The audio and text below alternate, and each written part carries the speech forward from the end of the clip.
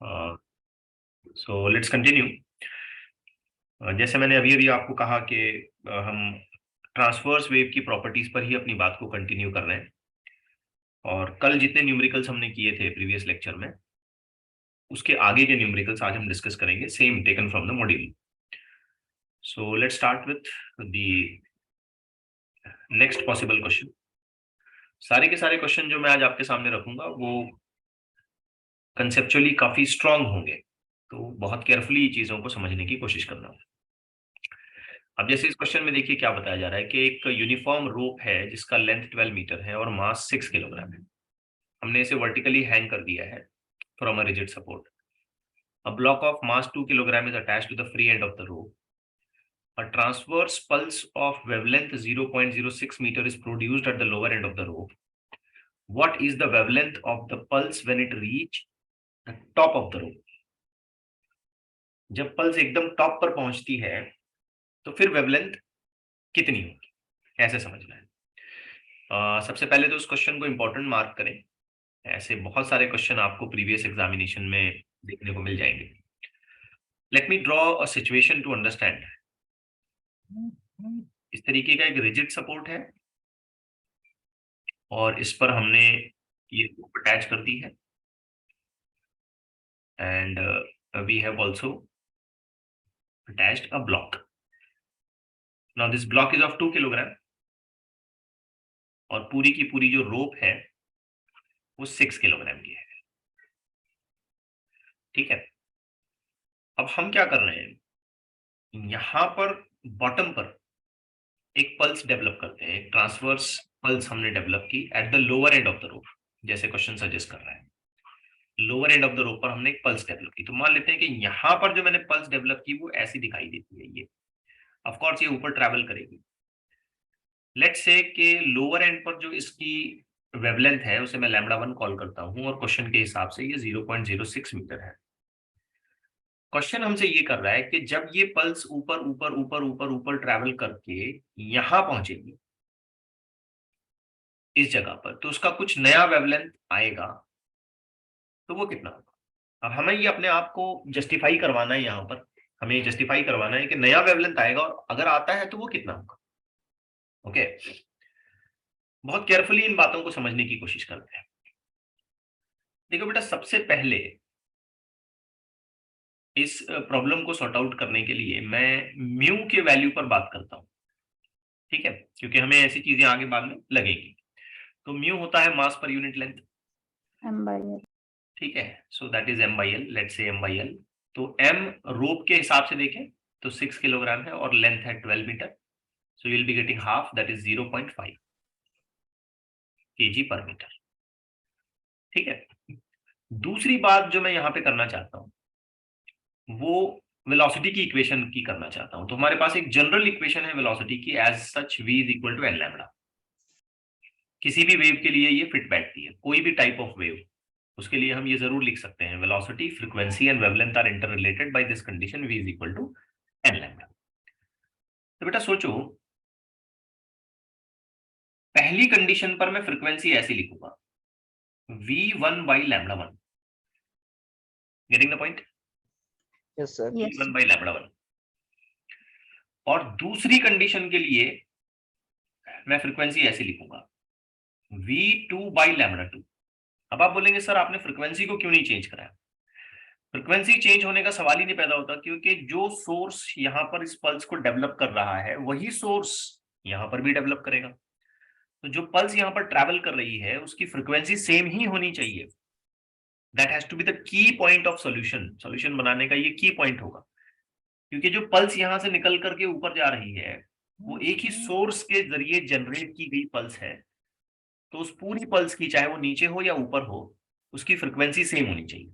लेकिन नीचे की तरफ टेंशन अलग है इसलिए वेलोसिटी अलग होगी, और ऊपर की तरफ टेंशन अलग है इसलिए वेलोसिटी अलग होगी। ये हम कल पढ़ चुके हैं, पिछले लेक्चर में हमने पढ़ा।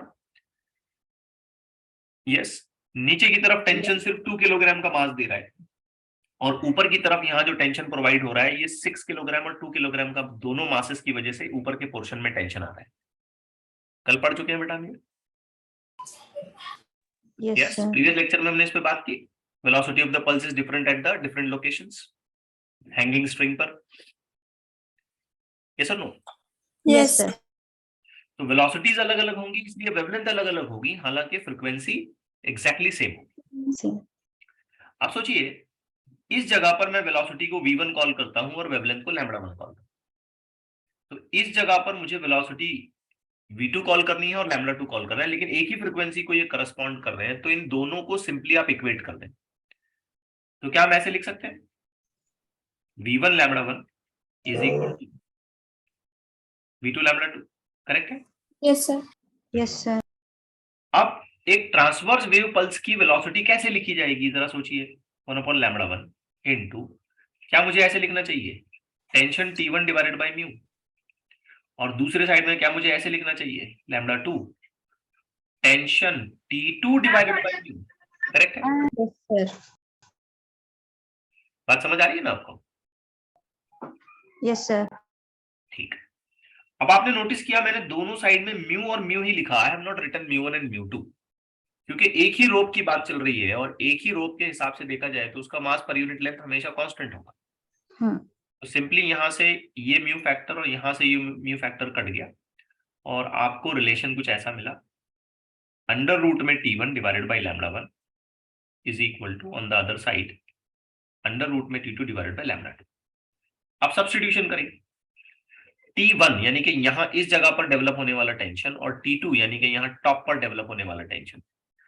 मुझे बताइए, इस जगह पर जो टेंशन डेवलप होगा उसके लिए सिर्फ ये 2 किलोग्राम का ब्लॉक जिम्मेदार होगा। यस। तो रूट में कुछ ऐसा आ जाएगा, 20 डिवाइडेड बाय λ1 जैसे हमको सजेस्ट किया गया है 0.06 इज इक्वल टू, यहां जो टेंशन डेवलप होगा उसके लिए 6 + 2 ये टोटल वेट जिम्मेदार होगा, करेक्ट? यस।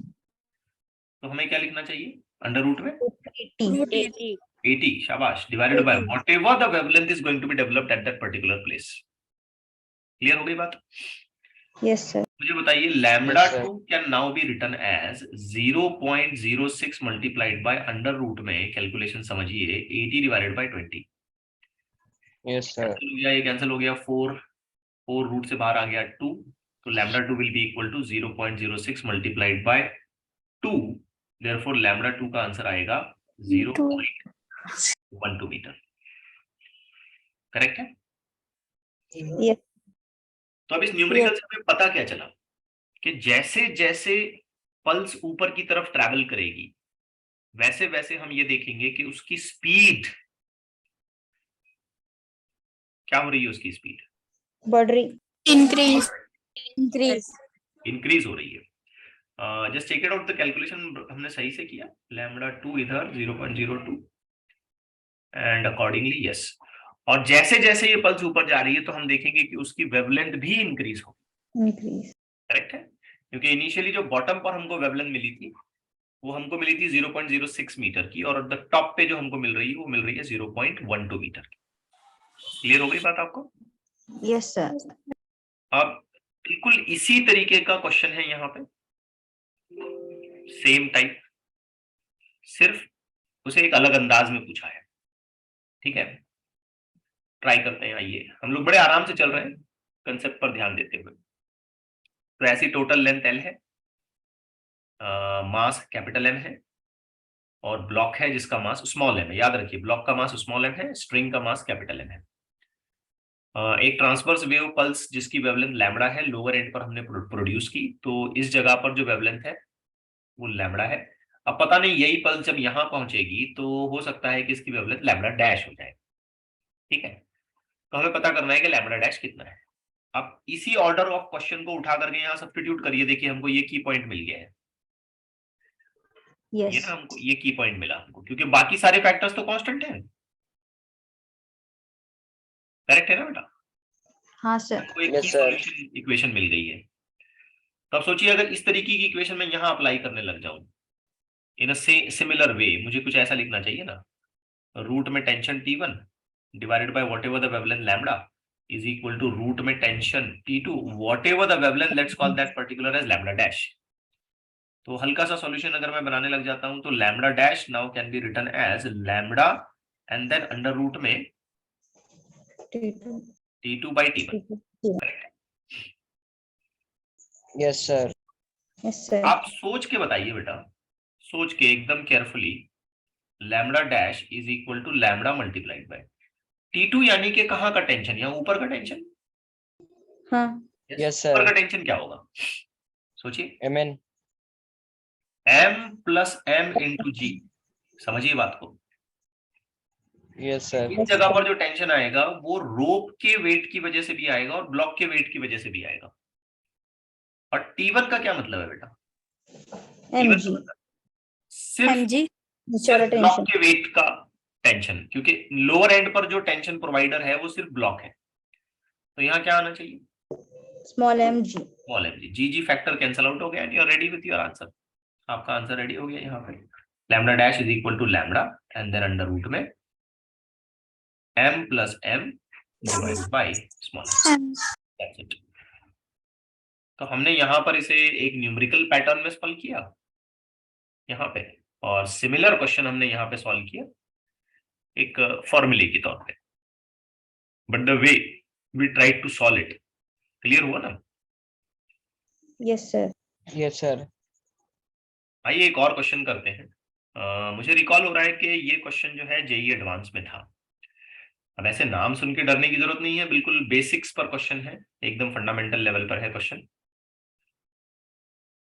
एक ट्रू फॉल्स की कंडीशन या फिर हमें चेक करना है कि कौन सा स्टेटमेंट करेक्ट है और कौन सा रॉन्ग है। बहुत आसान है और रिसेंटली पूछा गया है, रिसेंट ईयर्स में ये क्वेश्चन एग्जामिनेशन में आया है जेईई एडवांस में। तो एक ब्लॉक है जिसका मास कैपिटल M है और एक रोप पर उसको अटैच किया गया है और दो पल्सेस यहां पर रिलीज की गई है। एक पल्स 1 ऊपर से नीचे की तरफ ट्रैवल करेगी और पल्स 2 नीचे से ऊपर की तरफ ट्रैवल करेगी, ठीक है। और transverse wave pulse 1 of wavelength lambda naught, और if the wave pulse of lambda naught is produced at point A, तो दूसरी वैसी ही वेवलेंथ वाली पल्स यहाँ नीचे ट्रैवल करा दी गई है, लेकिन उसको पल्स 2 बोला गया है इन अ वे कि ये नीचे से ऊपर ट्रैवल कर रही है और ये जो पल्स है ये ऊपर से नीचे ट्रैवल कर रही है। कंडीशन समझ आ गई आपको? यस। Yes, sir. अब हमसे ये पूछ रहा है कि इन चार में से कौन सा ऑप्शन करेक्ट है। ओके, कौन से, या कोई एक पर्टिकुलर इज और आर करेक्ट है। तो सबसे पहले ये कह रहा है कि time of travel for both the pulse is same. A से ओ जाओ नीचे से ऊपर, या ओ से ए आओ ऊपर से नीचे, टाइम ऑफ ट्रैवल सेम होना चाहिए। हाँ बिल्कुल होना ही चाहिए। Yes. क्यों? क्योंकि ये जो पल्स 1 है ना, ये स्टार्ट में फास्ट चलेगी, लेकिन जैसे जैसे नीचे उतरेगी तो वैसे वैसे स्लो हो जाएगी, करेक्ट है ना। और Yes. पल्स 2 जो है, पल्स 2 ये स्टार्ट में स्लो चलेगी लेकिन बाद में तो फास्ट हो जाएगी, ऊपर जाने पर टेंशन Yes, बढ़ेगा। sir. तो फाइनली कंप्लीट लेंथ ट्रैवल करने में दोनों ने सेम टाइम लेना है, Same time. ठीक है। तो हम देखेंगे कि इसमें पहला ऑप्शन करेक्ट है। Second, velocity of the two pulses, pulse 1 and pulse 2 at the are same at the midpoint। तो मिड पॉइंट पर जब हम पहुंचेंगे यानी कि यहां, तो ये कह रहा है, ध्यान से सुनना, ये कह रहा है वेलोसिटी सेम है, वेलोसिटी सेम है, वेलोसिटी मैग्नीट्यूड में सेम होगी। देखो यहां जब हम पहुंचेंगे ना तो दोनों के लिए टेंशन सेम हो चुका होगा। अगर दोनों के लिए टेंशन सेम हो चुका है मिड पॉइंट पे दोनों पल्सेस के लिए, तो स्पीड तो सेम होनी ही चाहिए, लेकिन वेलोसिटी नहीं सेम होगी, क्योंकि वेलोसिटी एक वेक्टर क्वांटिटी है और ये ऊपर वाली जो पल्स है ये नीचे की तरफ ट्रैवल कर रही है और नीचे वाली जो पल्स है ये ऊपर की तरफ ट्रैवल कर रही है, तो इनकी स्पीड्स सेम होंगी, वेलोसिटी नहीं, डायरेक्शन अलग अलग है। मतलब ये स्टेटमेंट गलत है, रॉन्ग स्टेटमेंट। किस हिसाब से रॉन्ग है समझ पा रहे हो? Because माइक प्लीज बेटा, माइक ऑफ रखें, direction. माइक ऑफ रखें प्लीज। यस, किस हिसाब से हमने इस स्टेटमेंट को रॉन्ग बोला?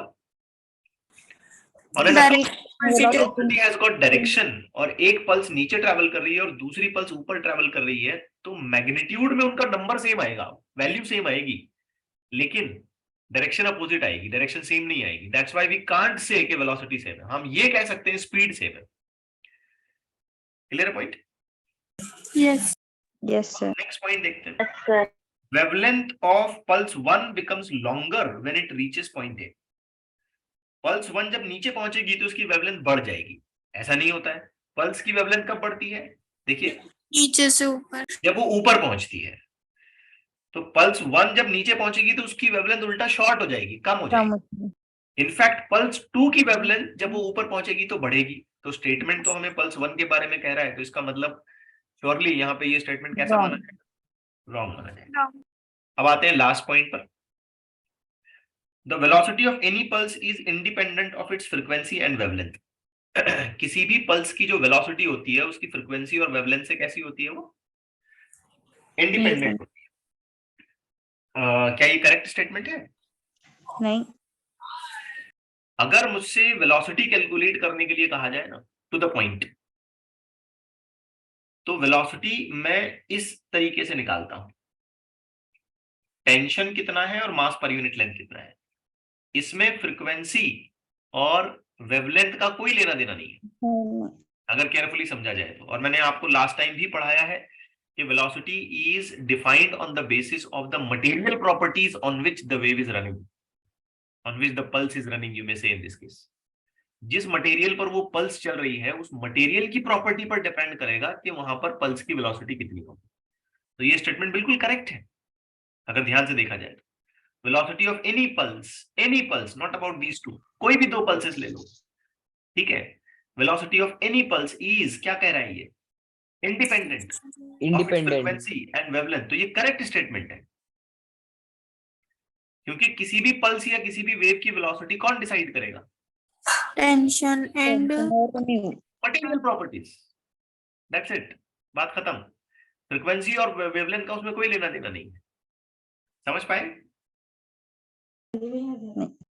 Okay, so this was the question in the JEE advance examination in recent years, I guess 1-2-3 साल पहले का था शायद। अब इस क्वेश्चन को हम क्विकली इसलिए हैंडल कर पाए बिना किसी फॉर्मूले के डिराइव करने बगैर, इसलिए हम हैंडल कर पाए क्योंकि हमारे माइंड में एक बैकग्राउंड डेवलप हो चुका है कि पल्स जब ऊपर से नीचे रन करती है तो क्या क्या सिचुएशंस होती हैं। ओके, समझ आ रही है बात आपको? Yes sir. चलिए नेक्स्ट देखते हैं। एक सर्कुलर लूप है, रोप का इस्तेमाल करके हमने इस लूप को बनाया और इसकी लेंथ r है and now it is going to be rotated with a uniform angular velocity omega. तो हमने इसको ऐसे घुमाना शुरू किया, ठीक है। लेट्स से जब हम इसको घुमा रहे हैं तो इसका जो रेडियस है वो r है, और ज्योमेट्री के हिसाब से अगर मैं लिखूं तो circumference of that loop 2 pi r should be equal to length of that rope. क्योंकि ऐसी सीधी रस्सी रही होगी, इसको आपने मोड़ करके एक लूप में कन्वर्ट कराया, तो लेंथ ऑफ लूप हम लोग उसके सर्कमफ्रेंस के हिसाब से लिखते हैं ना। Circumference 2 pi r should match the length of the loop. बात समझ में आई आपको ये? Yes sir. So I can also put up here that radius of this loop can be equal to L divided by 2 pi. अब इसे याद रखना, ये आगे काम में आएगा। अब हमने क्या किया, इसको हम सर्कल में घुमा तो रहे हैं, लेकिन घुमाते घुमाते हमने सडनली इस पर एक पल्स को प्रोड्यूस किया, हल्का सा एक झटका दे दिया मान लो, और इस पर एक पल्स प्रोड्यूस हो गई है। अब हमसे ये पूछ रहा है कि उस पल्स की वेलोसिटी क्या होगी। अब कोई भी पल्स हो एक ट्रांसवर्स पैटर्न में जब वो ट्रैवल करती है तो उसकी वेलोसिटी को लिखने का सबसे सिंपल और सूटेबल तरीका जो होता है वो होता है t divided by mu. That's it. Of course मैं म्यू के लिए यहाँ पर मास पर यूनिट लेंथ वगैरह के फैक्टर पुट अप कर सकता हूं, अगर मैं चाहूं तो म्यू को मैं अभी यहाँ मेंशन कर देता हूं m/l। अब मामला जो आके रुक रहा है ना वो सिर्फ टेंशन पे आके रुक रहा है, तो थोड़ा बहुत हमको यहाँ पर कैलकुलेशन करना पड़ेगा टेंशन निकालने के लिए कि यहाँ पर कितना टेंशन आया होगा। और ये एक स्टैंडर्ड प्रॉब्लम है, इसे अच्छे से समझिए। इस तरीके के प्रॉब्लम हम बार बार अलग अलग चैप्टर्स में करेंगे, तो आइए जरा इसको डिटेल में समझते हैं। इस तरीके का लूप है लाइक दिस, ये इसका सेंटर। तो हम क्या करते हैं, लूप का एक छोटा सा सेगमेंट चॉइस कर लेते हैं। ये जो ब्लू कलर मैंने किया ना, लूप का एक छोटा सा सेगमेंट मैंने चॉइस कर लिया। Try to understand it. Of course इसका रेडियस और इसके सेंटर के हिसाब से मैं यहाँ पर एक एंगल क्लेम कर सकता हूँ, एंड लेट्स से कि this angle is 2 theta. Double कर दिया मैंने ताकि मैं मेजरमेंट्स जब करूं एंगल को हाफ करके तो मैं थीटा थीटा ऐसे डिफाइन कर पाऊं। अब इमेजिन करो किसी चीज को तुम ऐसे बहुत जोर से घुमा रहे हो, इमेजिन करो, तो उसका सरकमफ्रेंस जो है वो ऐसा खींचा जाता है। आपने देखा होगा रुमाली रोटी बनाते हैं, ऐसे घुमा घुमा के उस रोटी को बड़ा करते जाते हैं। तो किसी सर्कुलर चीज को अगर घुमा घुमा के बड़ा करना है तो उसका सरकमफ्रेंस ऐसे खींचा जाएगा ना, यस सर, इस सरकमफ्रेंस पर टेंशन आ जाएगा, यहाँ पे लूज नहीं रहेगा ये। रुमाली रोटी को बस हम ऐसे घुमाते जाते हैं तो हम देखते हैं वो अपने आप में फैलने लगती है। कैसे क्या फैल रही है, कोई पकड़ के खींच तो नहीं रहा है। तो जब हम उसे घुमाते हैं तो अलोंग द सरकमफ्रेंस एक टेंशन आ जाता है। तो हम ये कह सकते हैं कि यहाँ अलोंग द सरकमफ्रेंस एक टेंशन आ जाएगा कुछ ऐसे, ये टी ऐसे और ये टी ऐसे, ऐसा सभी जगहों पर आएगा, इधर इधर इधर इधर सभी जगहों पर आएगा। और ये टेंशन क्या करेगा, जैसे यहां मैंने इसे इतने सेगमेंट पे बताया है, तो ये टेंशन क्या करेगा, इतने सेगमेंट को पकड़ के खींचेगा ऐसे, तो वो थोड़ा सा लंबा हो जाएगा। और ऐसा करते करते अगर हम बहुत ज्यादा घुमाने लग जाए इसको और फ्लेक्सिबिलिटी अगर है तो ये बड़ा भी हो सकता है, जैसे कि रुमाली रोटी हो जाती है। ओके, बहरहाल यहाँ पे टेंशन आ जाएगा। तो व्हाट आई विल डू कि इस टेंशन के मैं 2 कंपोनेंट्स बनाऊंगा, एक ऐसे इस तरफ और एक इस तरफ ऐसे, और दूसरा इधर लाइक दिस और एक ऐसे इधर। कंसेप्ट क्लियर हो रहा है आपको? Yes sir. यस ठीक से एकदम। सर। मान लेते हैं कि Yes, sir. जो छोटा सा मास एलिमेंट हमने चॉइस किया वो डीएम है। ओके, और अगर मैं इसे बराबर बराबर के एंगल्स में बांट दूं, ऐसे कैलकुलेशन करने में आसानी हो इसलिए, तो ऐसे मैं ऐसे बराबर 2 के एंगल में बांट देता हूं, तो इधर थीटा तो दोनों मिला के 2 थीटा हो जाएगा। उस हिसाब से ये वाला एंगल थीटा हो जाएगा और ये वाला एंगल भी थीटा हो जाएगा। अब जरा सोचिए ये कंपोनेंट क्या बनेगा, T cos T theta. cos theta, ये वाला क्या बनेगा, T T cos cos theta, ये नीचे वाला क्या बनेगा, T sin T theta. sin theta, T T sine sin theta. theta. This will also become T sine T theta. sin theta. अब ये जो टी कॉस थीटा और टी कॉस थीटा कंपोनेंट आ रहे हैं ना, ये आपस में ही कैंसिल आउट हो जाएंगे। Cancel out. Yes, अब sir. बचे कौन, ये T sine T theta sin theta. और ये वाला भी टी साइन थीटा। तो बेटा बहुत ध्यान से सुनना कि ये जो दोनों 2 times of T sine theta component है ना, ये प्रोवाइड करेंगे, या हम कह सकते हैं कि ये बैलेंस करेंगे Centripetal force. सेंट्रीपेटल फोर्स को। क्योंकि ये एक छोटे से एलिमेंट के पॉइंट ऑफ व्यू से अगर मैं सोचता हूं ना, तो ये सेंटर की तरफ डायरेक्टेड है। सेंटर यहाँ है ना, एकदम छोटा सा एलिमेंट Yes. लूंगा मैं तो ये ऐसे ऐसे सेंटर की तरफ डायरेक्ट करेंगे। तो सेंटर की तरफ डायरेक्ट करने वाले फोर्सेस क्या प्रोवाइड करेंगे, Centripetal force. या अगर एक उल्टे सेंस में सोचा जाए, चूंकि ये सर्कल में घूम रहा है तो बाहर एक फोर्स आएगा। कौन सा फोर्स है बाहर आने वाला, ऐसा सेंट्रीफ्यूगल फोर्स। सेंट्रीफ्यूगल। तो ये दोनों मिलके किसको बैलेंस करेंगे, Centrifugal. सेंट्रीफ्यूगल फोर्स को। बिल्कुल सही बात है। अब बेटा ध्यान से देखो, ये हो गया 2 times of T sine theta is equal to, अब मुझे बताओ सेंट्रीपेटल या centrifugal force in terms of magnitude अगर मैं लिखना चाहता हूं तो मैं कैसे लिखूंगा। जो भी मास इस्तेमाल हो रहा है डीएम, करेक्ट है, जो भी रेडियस है आर, और जितनी भी एंगुलर स्पीड से हम घूम रहे हैं एम आर ओमेगा स्क्वायर। कुछ रिकॉल हो रहा है सर्कुलर मोशन वाला ये Yes. Yes sir. करेक्ट है। अब हमारी गाड़ी आकर के अटक गई, डीएम कैसे लिखे, यहां आके हम लोग अटक गए। तो बेटा डीएम लिखने का एक सिंपल सा और आसान सा तरीका, डीएम इज इक्वल टू, हम लेंगे मास per unit length, mass per unit length multiplied by Near mass density. Length of element, length of element. बेटा आपको याद होगा मास पर यूनिट लेंथ तो हम लोग म्यू लिखते हैं, Mu. ठीक है। अब क्वेश्चन यहाँ पे आके अटक गया, यार ये जो एलिमेंट हमने चॉइस किया है इसका लेंथ कितना है। तो बेटा ध्यान से देखो, तो ये एक आर्क है, आर्क की लेंथ हम लोग कैसे लिखते हैं, आर्क की लेंथ याद करो, आर्क की लेंथ ऐसे लिखी जाती है ना, एंगल मल्टीप्लाइड बाय रेडियस। फिलहाल के लिए रेडियस आर है, किसी भी आर्क की लेंथ कैसे लिखोगे, रिकॉल कर, Angle into radius. Angle multiplied by radius. तो बताइए एंगल कितना है, 2 theta. 2 थीटा इंटू रेडियस कितना है हाँ r। हाफ तो हम ये dm का सब्स्टिट्यूशन जो है यहां करते हैं, तो ये इक्वेशन कुछ ऐसे नजर आएगी, 2t sin theta is equal to dm का सब्स्टिट्यूशन हो गया mu times of 2 theta r, और ये फिर बाजू का r यानी कि r square into omega square. Clear हुई बात? Yes sir Yes, sir. अब जो एलिमेंट हमने चॉइस किया है उसके लिए हम एक खास कंडीशन लगाएंगे। हम एक खास कंडीशन ये लगाएंगे कि theta is very small. Theta कैसा है? बहुत छोटा है। अगर थीटा काफी स्मॉल हो जाता है तो sine theta can be approximated as theta itself. अगर थीटा बहुत छोटा होता है तो साइन थीटा का अप्रोक्सीमेशन किया जा सकता है एज थीटा, मतलब साइन थीटा हटा के थीटा लिखा जा सकता है। ट्रिग्नोमेट्री में ये पॉसिबल है। Then tell me this equation can be now written as, ये वाली इक्वेशन कैसे लिखी जाएगी बताओ? 2t very theta good. 2t sine theta की जगह आ जाएगा थीटा, ये हो गया म्यू, ये हो गया 2 थीटा, देन r का स्क्वायर एंड देन ओमेगा का स्क्वायर। सिंपली हम यहाँ देखेंगे कि कुछ एक फैक्टर कैंसिल हो रहे हैं, जैसे कि यहाँ से 2 कैंसिल हो गया, ये 2 कैंसिल हो गया, ये थीटा कैंसिल हो गया, ये थीटा। थीटा कैंसिल हो गया, और हमें टेंशन का बिल्कुल सिंपल इक्वेशन मिला mu times of r square into omega square. Correct है? Yes sir okay with this? Yes sir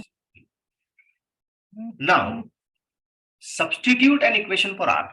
r के लिए इक्वेशन सब्स्टिट्यूट करते हैं। हमने क्या बनाया? l अपॉन 2 पाई, ऊपर वो भी सब्स्टिट्यूट कर देते हैं। तो चलो टेंशन की फाइनल इक्वेशन हमको मिलेगी म्यू l का square divided by 4 pi square into क्या चीज? ओमेगा का स्क्वायर।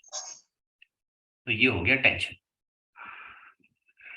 अब फाइनली जो क्वेश्चन हमसे पूछा गया था वो क्वेश्चन ये था कि इस पर जो पल्स चल रही है उसकी स्पीड कितनी होगी। तो देखो स्पीड का फॉर्मूला तो ये है, this is what the formula for the speed is. क्या लगता है आपको क्या करना चाहिए हमें? √t/μ ये जो टेंशन वाला फॉर्मेट आपने तैयार किया अभी अभी, ये उठा करके सीधा यहां रखें, खत्म। तो इसे जरा और से देखिए क्या क्या है, mu l square upon 4 pi square into omega का स्क्वायर। तो इसको उठा के यहां रखते हैं, तो इक्वेशन हमें कुछ ऐसी नजर आती है, v इज इक्वल टू, अब t की जगह बोलो बेटा क्या क्या आने वाला है? Mu Mu L square upon square 4 pi L square. by square L divided by square by 20 4 पाई का स्क्वायर, और ये जो बचा हुआ म्यू फैक्टर है ये जैसे का वैसा। अब क्या होगा बोलिए आप खुद? म्यू और कैंसर ये म्यू कैंसिल हो जाएगा।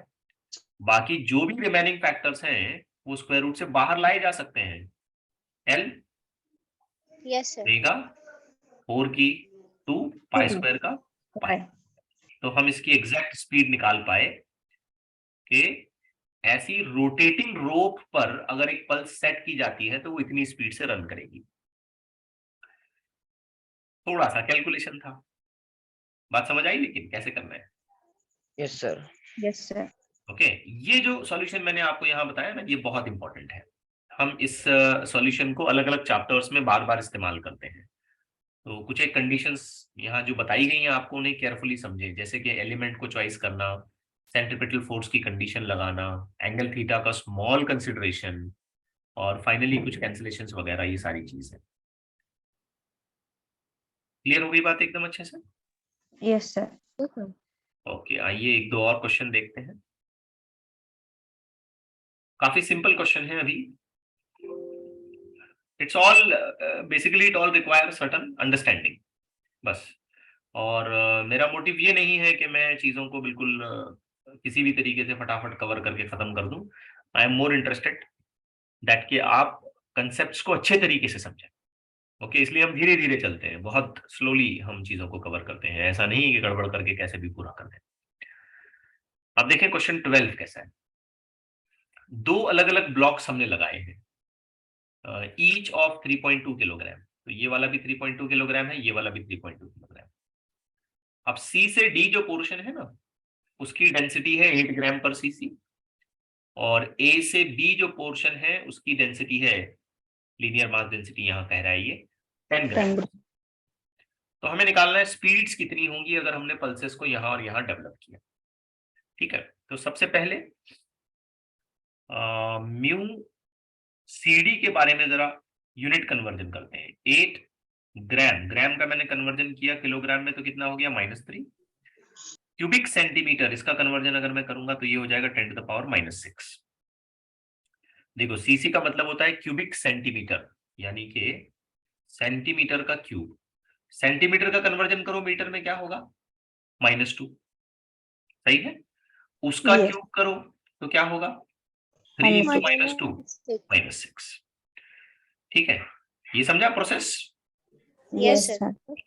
ये मीटर में आ जाएगा। लेकिन अच्छा, ये -6 अगर मैं ऊपर लेता हूं तो क्या हो गया प्लस +6 और -3 कितना हो गया +3 +3, यानी कि ये हो गया Three. 8000 किलोग्राम पर metre cube.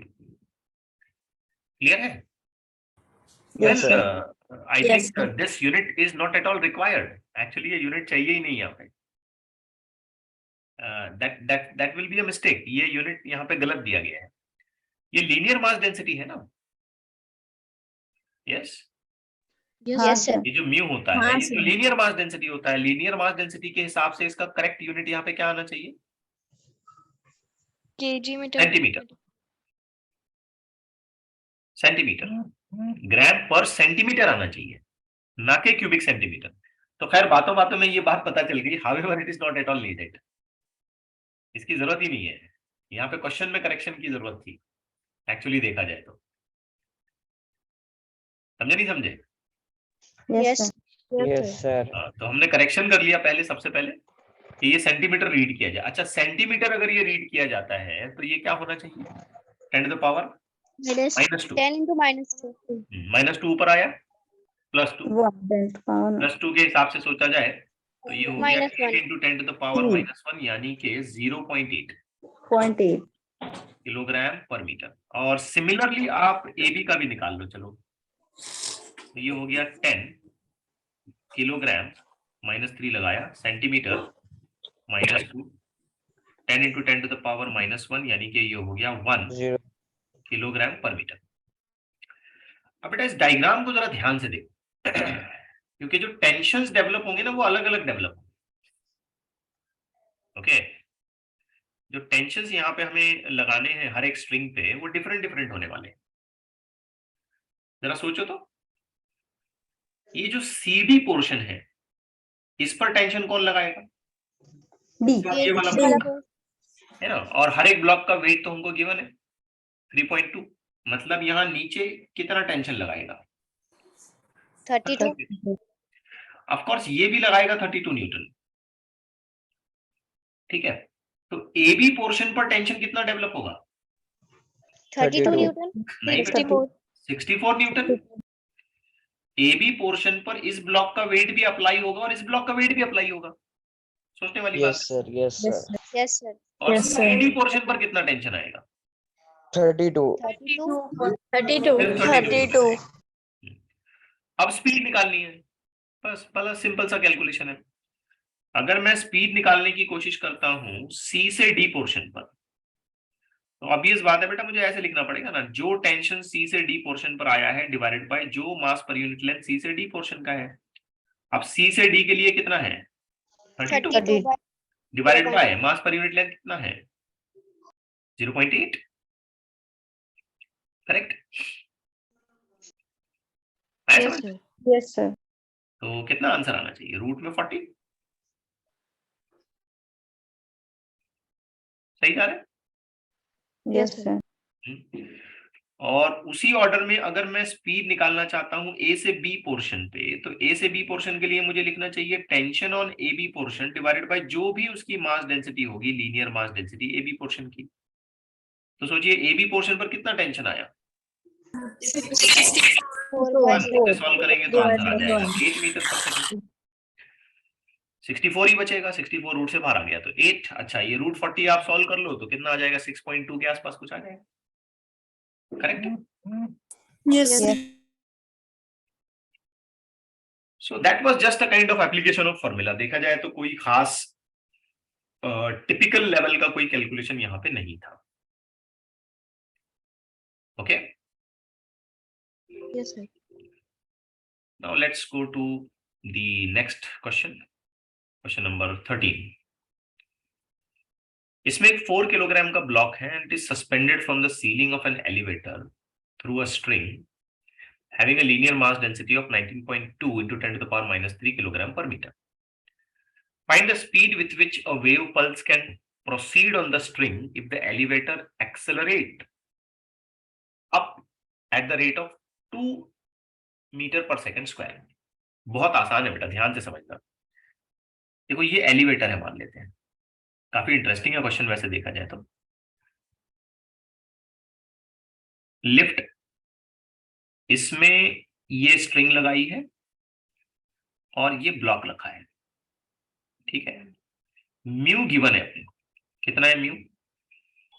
19.2 into 10 to the power minus 3 kilogram पर मीटर। ब्लॉक जो है ये 4 किलोग्राम का है, 4 kg. Block 4 kg। अच्छा, एलिवेटर फिलहाल ना बच्चों ऐसे मानते हैं कि रेस्ट पे है, तो सिंपल है 4 की वजह से नीचे क्या आ जाएगा? 40. 40. 40, ठीक है। या ऐसे लिखते हैं, आपको समझ आए इस हिसाब से, एम जी करेक्ट है, M4 है, ये तो अंडरस्टैंडिंग हो गई यहाँ पे। Yes. और इसी के बदले में यहाँ पे ऊपर टेंशन आ जाएगा टी, T. करेक्ट है। तो Yes, बेटा अगर मैं sir. स्पीड लिखता हूँ, चलो स्पीड अगर मैं लिख भी लेता हूँ, तो बताइए आंसर क्या आएगा? अंडर रूट में टी की इक्विवेलेंट वैल्यू क्या होगी यहाँ पे? टी का एक्चुअल वैल्यू कौन बना रहा है? mg बना रहा है ना? 40. G 40.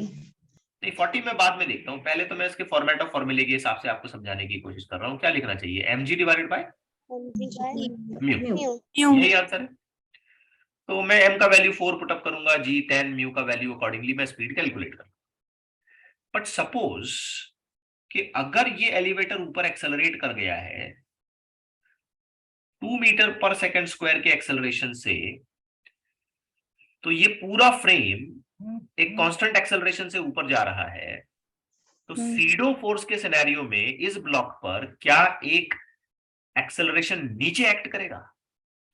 हाँ. याद करिए, हाँ सर। सिर्फ जी होगा क्या होगा अभी बताइए? G minus A. माइनस क्या प्लस? सोच के बताइए, भूल रहे हो तुम लोग पढ़ाया हुआ। G प्लस है। लिफ्ट ऊपर एक्सेलरेट हो गई है, लिफ्ट ना बेटा ऊपर एक्सेलरेट हो गई है। जब लिफ्ट नीचे एक्सेलरेट होती है तो माइनस आता है, सीडो एक्सेलरेशन। सीडो फोर्स जो होगा वो फ्रेम के एक्सेलरेशन की डायरेक्शन के अपोजिट होता है, जानते हो ना ये बात? Yes sir. तो ये मैंने बराबर किया यहाँ पे। Yes, sir.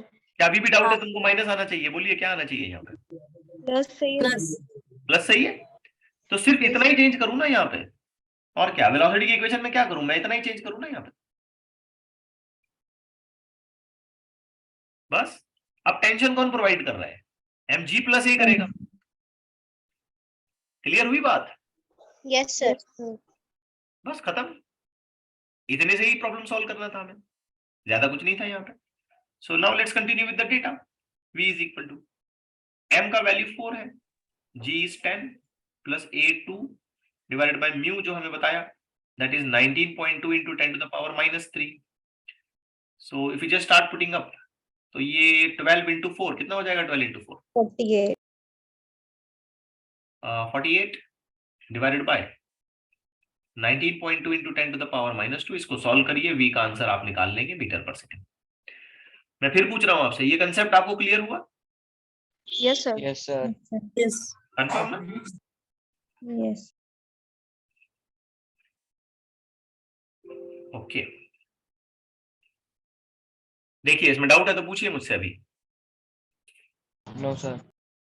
सोचिए अगर यही लिफ्ट मैं नीचे एक्सेलरेट करता तो माइनस। G minus A. ये माइनस है, आप सीडो फोर्स का कंडीशन लगा देते हैं बस, और क्या, काफी आसान है।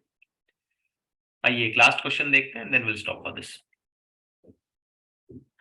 एक वेव पल्स है जो स्टार्ट करती है propagating in the x direction along a non uniform wire of total length जो वायर का हमको गिवन है वो 10 मीटर है।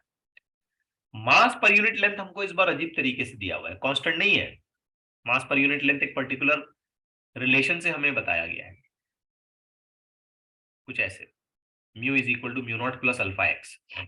और टेंशन तो हमने 100 न्यूटन का लगा दिया भाई। चलो अब ये पूछ रहा है कि कितना टाइम लगेगा अगर पल्स एक जगह से दूसरी जगह ट्रैवल करती है x इज इक्वल टू 0 से लेकर के लास्ट एंड तक, ऐसे।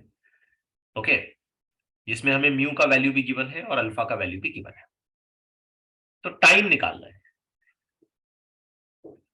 Late me tell you the situation कुछ ऐसी है कि जो रस्सी है वो आप ऐसे बता सकते हो, लाइक मोटी और पतली है रस्सी। ये स्टार्ट में काफी पतली है, थिन एकदम, और बाद में एकदम से मोटी होती जाती है। I am not able to draw the diagram in the correct way. ऐसे ले लेते हैं, स्टार्ट में एकदम पतली पतली रस्सी और बाद में ऐसी मोटी मोटी मोटी मोटी होती जाती है। दिख रहा है? तो उसकी जो लीनियर मास डेंसिटी है ना वो बदल रही है, कांस्टेंट नहीं है। हालांकि टोटल लेंथ जो है वो 10 मीटर है और लीनियर मास डेंसिटी इस फॉर्मूले से गिवन है। और एक पल्स मान लो हम लोग यहां से निकाल लेते हैं ऐसे, तो ये पल्स ट्रैवल करेगी तो हेवियर एंड यानी कि यहां तक पहुंचने में कितना टाइम लगा, ऐसे निकालना है। मैं समझता हूँ अब बहुत सारी चीजों का आप यहाँ पे आंसर कर सकते हो। जैसे सबसे पहले मुझे आप ये बताओ कि हम वेलोसिटी कैसे लिखें। बोलो। Under root T by mu. बिल्कुल सही है, शाबाश। अंडर रूट में T by divided by T by mu. Mu. Mu यानी कि पूरा ये ना, mu naught plus Alpha x. Alpha. अच्छा, टी का वैल्यू कितना है? 100. 100। चलो तो इसको थोड़ा सॉल्व करते हैं। ये है बेटा 100 डिवाइडेड बाय, ये हो गया mu naught plus alpha x. Okay, देखिए सारी चीजें आपको पता है, थोड़ा सा पेशेंस से सुने आप। 100 का आप स्क्वायर रूट कर लें और बताएं वेलोसिटी कैसे कितनी होगी। 10। 10 10. डिवाइडेड बाय, ये हो जाएगा अंडर रूट में mu naught plus alpha x. Okay, you tell me कि किसी भी गिवन सिचुएशन में जब मैं वेलोसिटी लिखता हूं तो बेसिकली वो ऐसे आती है ना, dx डिवाइडेड बाय dt। क्या कहते हो बेटा? हाँ सर। 10 हाँ. एंड देन अंडर रूट में mu naught plus alpha x. Okay है? Yes sir. ओके, वेरिएबल्स जो है वो सारे सेपरेट कर लो, ये इधर ये उधर ऐसे कर लो। सो ये हमें कुछ ऐसे नजर आएगा, अंडर रूट में mu naught plus alpha x into d x is equal to 10 times of dt। Correct है? Yes sir. अब चूंकि पल्स कांस्टेंट स्पीड से नहीं चल रही है, ये लगातार बदल रही है स्पीड, क्योंकि ये जो म्यू फैक्टर है, म्यू नॉट और अल्फा एक्स, ये जो फैक्टर है ये बदलता जाएगा, ये बदलेगा तो फाइनली स्पीड बदलेगी। तो चूंकि पल्स कांस्टेंट स्पीड से नहीं चल रही है और हमें फिर भी पल्स का एंड ऑन एंड मूवमेंट का टाइम निकालना है, तो इस इक्वेशन को हमें क्या करना चाहिए? सोचिए, ऐसी इक्वेशन को हमें क्या करना चाहिए? जहां कोई चीज वेरी करती रहती है लगातार और हमें फिर भी उसका एक फाइनल फॉर्मेट ऑफ आंसर निकालना होता है, तो हम क्या करते हैं? इंटीग्रेशन। हाँ बिल्कुल सही, हम इसका इंटीग्रेट करेंगे, हम इसके इंटीग्रेशन कर लेंगे। हम ऑफ कोर्स कहेंगे 0 से लेके कोई t टाइम तक और 0 से लेके कोई x डिस्टेंस तक, तो 0 से लेकर के किसी x डिस्टेंस तक, या इनफैक्ट डिस्टेंस के हिसाब से सोचा जाए तो हम टोटल लेंथ ट्रैवल करने वाले हैं, तो टोटल लेंथ कितनी है इसकी? 10. 10 मीटर। तो हम इन पर्टिकुलर अगर ये कहते हैं कि भाई हम 0 से लेके x क्यों, 0 से लेके 10 इंटीग्रेट करेंगे और टाइम में हम लोग लिखेंगे 0 से लेकर के t। तो बस थोड़ा सा कमांड आपको यहाँ पे इंटीग्रेशन पे आना चाहिए and that's it, you are done with. तो इसे इंटीग्रेट करते हैं 0 से लेके 10। अब इसे बेटा ध्यान से देखो तो हम इसे ऐसे लिखेंगे, mu naught plus alpha x की power half dx is equal to 10 मैंने बाहर ले लिया, इंटीग्रेशन रन हो रहा है 0 से लेकर के t टाइम के लिए dt पर। ठीक है, अब यहाँ इसका integration x raise to n के हिसाब से अगर मैं करता हूँ तो आंसर आता है mu naught plus alpha x raise to half plus 1 divided by half plus 1 into, ये स्टैंडर्ड रिजल्ट है इंटीग्रेशन का, 1 upon alpha into 1 upon alpha. याद रखिए, this is the standard result of the integration. ये जो constant term होता है जो वेरिएबल के साथ होता है उसको 1 अपॉन करना होता है यहाँ पे। और फाइनली हमें यहाँ ये भी याद रखना है कि हम इसकी पूरी लिमिट सब्स्टिट्यूट करेंगे, 0 से लेके कहाँ टी तक इज इक्वल टू, दूसरे तरफ इंटीग्रेशन हो जाएगा 10t, टी dt का इंटीग्रेशन t हो जाएगा, ये 10 जैसे का वैसा। अच्छा ये हाफ प्लस 1 कितना हो गया? 3/2 3/2। ये हाफ प्लस 1 भी कितना हो गया? 3/2. 3/2। तो 3/2 का 2 ऊपर ले लेते हैं। इक्वेशन देखिए गौर से बेटा, ऐसी नजर आएगी, 2 mu naught plus alpha x 3/2, correct जा रहे हैं, divided Yes, by sir. 3 alpha is equal to 10t, correct है? Yes sir Yes, of sir. Course इस पे मुझे लिखना चाहिए 0 से लेके 10, ओके। यस सर अब मैं Yes, यहाँ sir. जो x आ रहा है ना, उस पे अपर लिमिट 10 पुटअप करूंगा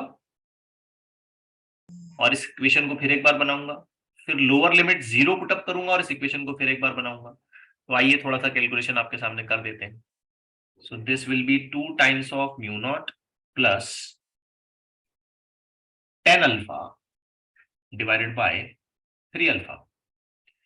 ऑफ कोर्स ये जो ऊपर का फैक्टर है इसकी पावर है 3/2 माइनस, समझा मैंने क्या किया?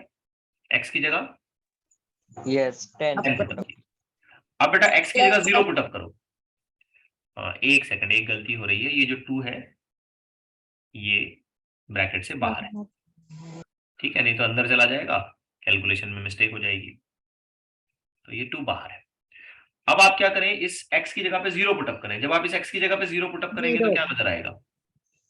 2 म्यू नॉट रेज टू 3/2। इसमें तो कोई दिक्कत नहीं है, म्यू नॉट तो बच जाएगा, पावर जो है वो देनी पड़ेगी, सिर्फ इतना फैक्टर 0 हो जाएगा ना, Yes, sir. डिवाइडेड बाय क्या चीज? 3 alpha 3 alpha is equal to on the other side कितना आ गया? 3t। अब इसमें हम ये जो गिवन डेटा है म्यू नॉट का, अल्फा का, ये सारा हम यहाँ उठा करके सब्स्टिट्यूट करेंगे और फाइनली हम आंसर निकाल सकते हैं टाइम के लिए। अब इतना ज्यादा कैलकुलेशन इस इंस्टेंट ऑफ टाइम पर करने की जरूरत नहीं है, बट फर्दर मोर अगर मैं करना ही चाहता हूं कैलकुलेशन तो मैं कैसे करूंगा? म्यू नॉट की वैल्यू और अल्फा की वैल्यू उठा करके यहाँ सब्स्टिट्यूट करेंगे और फाइनल आंसर, फाइनल कैलकुलेशन करके हम टी का एक रिस्पेक्टिव आंसर निकाल सकते हैं। I have done, I think मैंने ये कैलकुलेशन किए हैं। तो जब आप इसको सॉर्ट आउट करोगे तो आपको टी का जो आंसर मिलेगा, you may cross check it, T का जो आंसर आपको मिलेगा वो मिलेगा 0.2 second. You can cross check it, okay, but not needed, करना चाहते हो तो कर सकते हो। Okay with this, Yes, sir.